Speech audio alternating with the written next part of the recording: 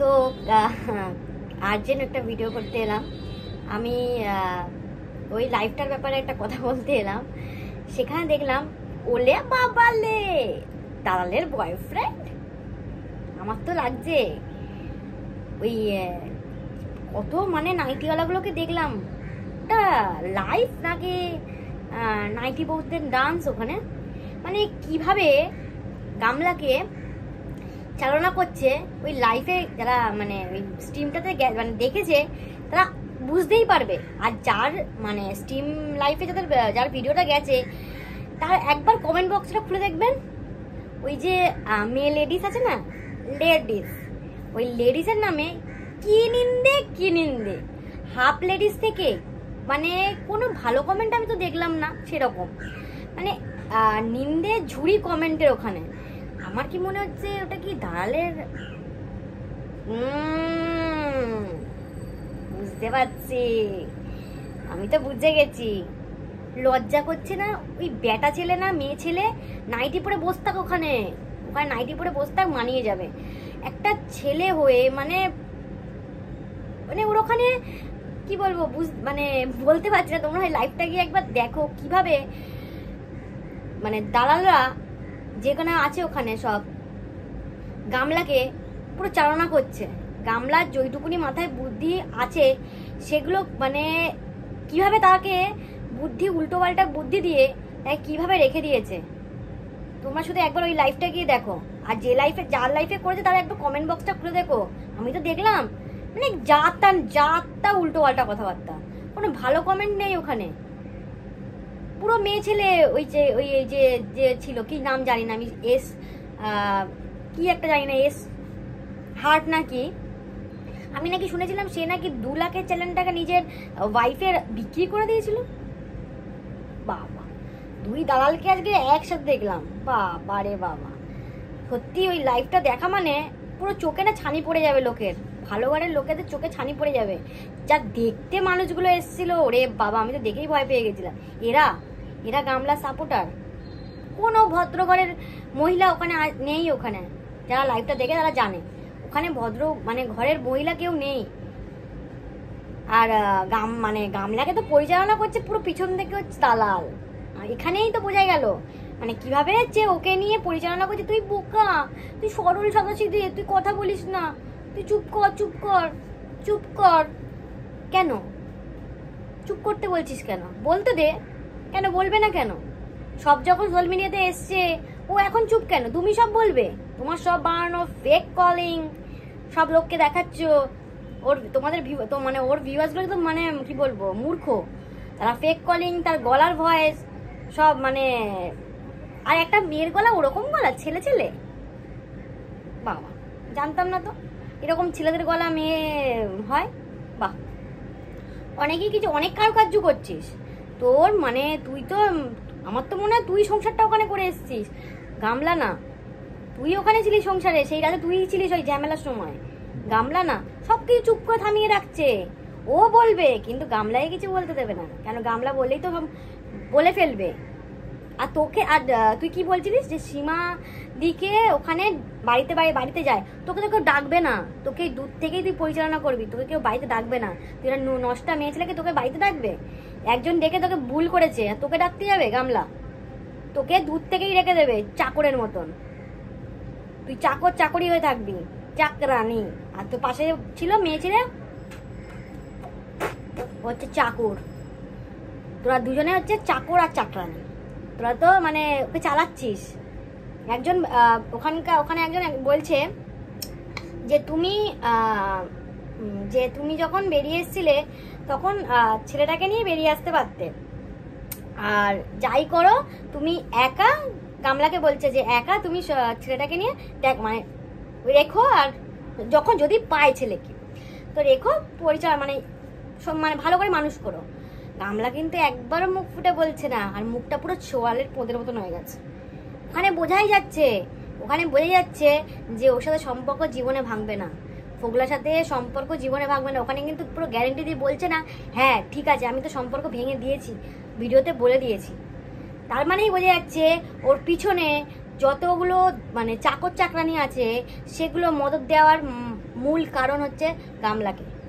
তোমরা দেখে নেবে লাইভটা একবার গিয়ে যে কিভাবে ওকে মদত দিচ্ছে। আমি কিছুটা ক্লিপ আমি জুড়ে দেবো, তোমরা একবার দেখবে যে ওকে কিভাবে সব ওই দুটো দালালি কিভাবে ওকে মদত দিচ্ছে, কিভাবে ওর মুখের ভাষাটা মানে কথাটাকে চেপে রেখে দিয়ে নিজেরা মুখে ভাষা বসিয়ে কথা বলছে।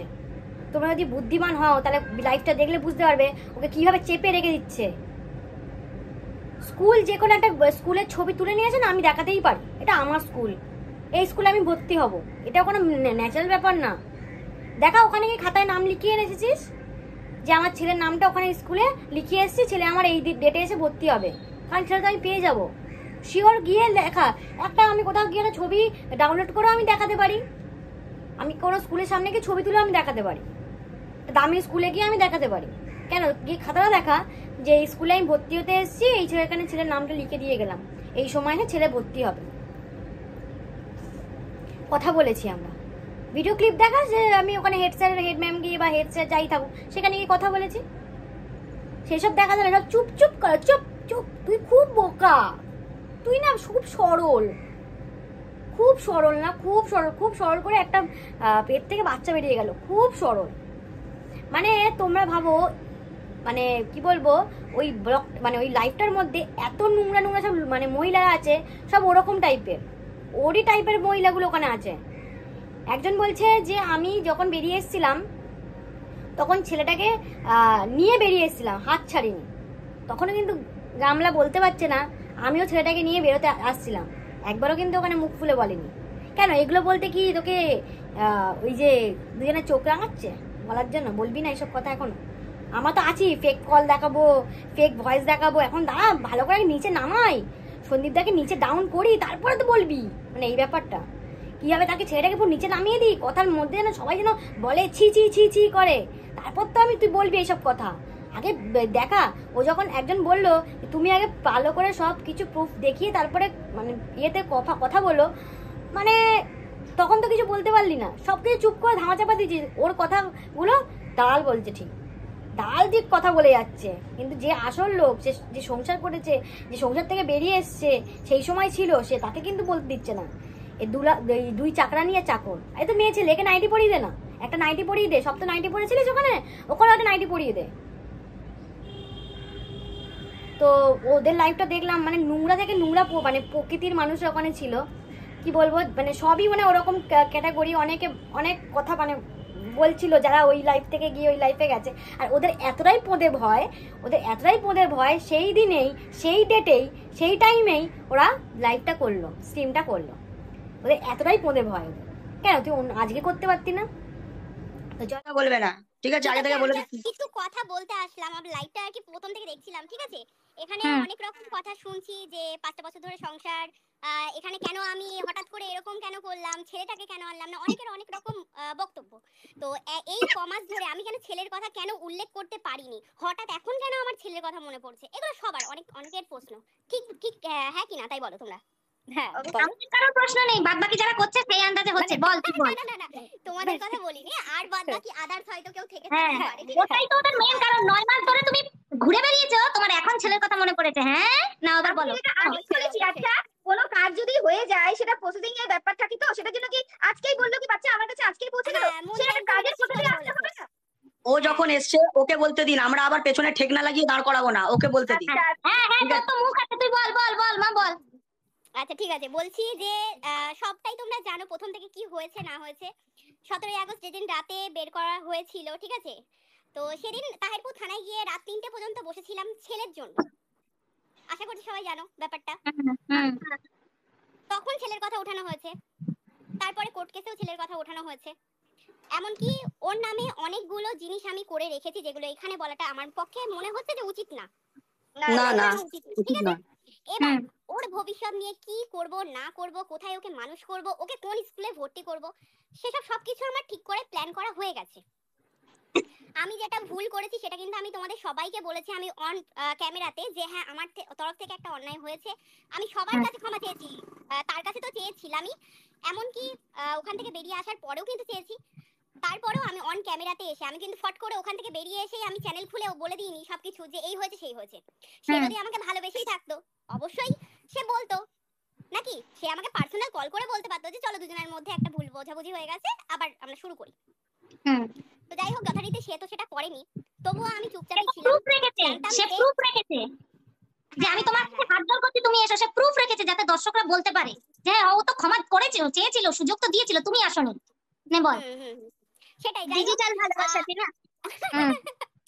আশা করছি ছেলের ভবিষ্যতের জন্য যেটুকু ভেবেছি, যেটুকু আমার মাথায় আছে, ঘরে হয়তো আমার এসি নেই, বাট আমি আমার যেটুকু আমার শিক্ষাগত যোগ্যতা আছে, আমি মনে করি যে আমার ছেলেটাকে, বাচ্চাটাকে আমার কাছে আনলে আমি আমার মতো করে আমার ফ্যামিলির সবাইকে দিয়ে খুব ভালোভাবে ওকে মানুষ করতে পারবো। এমনকি দাদার কাছেও একটা ভিডিও আছে যে স্কুলে আমি ভর্তি করবো, সঙ্গে রিকোয়েস্ট করবো ওটা একটু লাইভে দেখাতে তোমাদের সবার জন্য।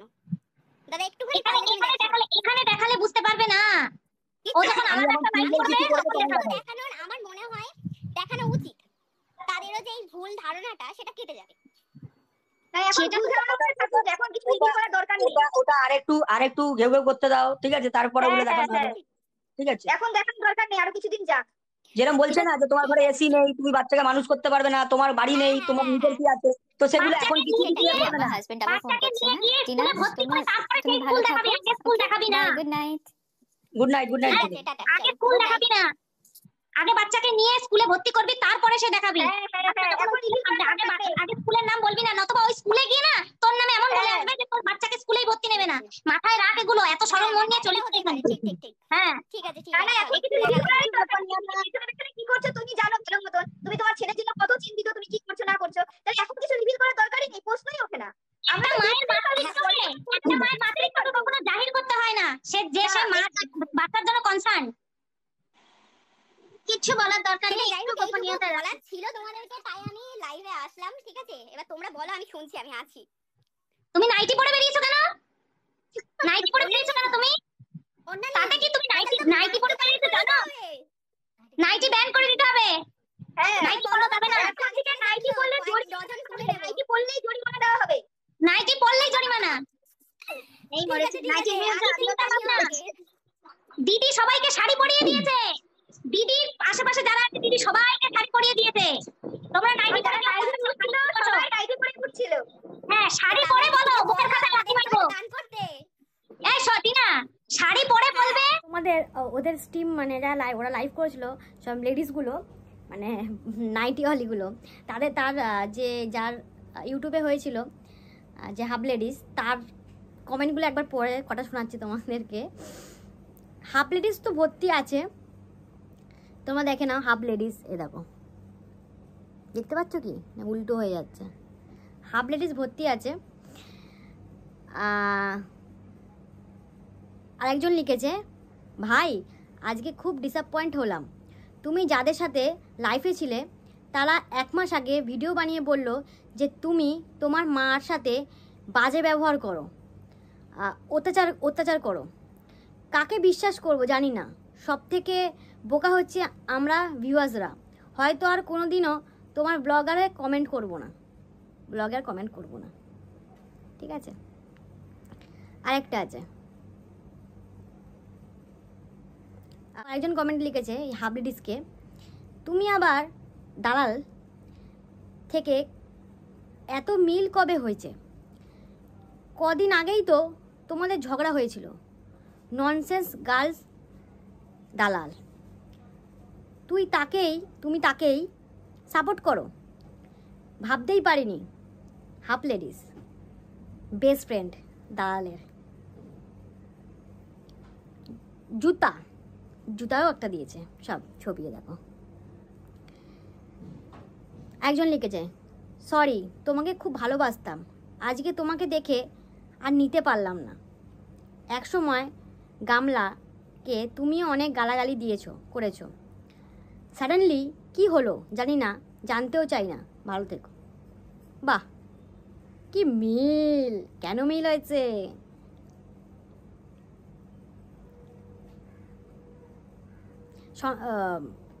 হাফ লেডিসকে লিখেছে, তোমাকে ভালোবাসতাম বাট আজকে যেটা করলে খুব খারাপ লাগলো। তো দেখে নিলে বা শুনে নিলে যে তাকে কিভাবে পর কমেন্টে খারাপ কমেন্ট করে গেছে। তো চলো, ভিডিওটা ভালো লাগলে প্লিজ লাইক করে দিও। নেক্সট ব্লগে আবার দেখা হচ্ছে, টাটা।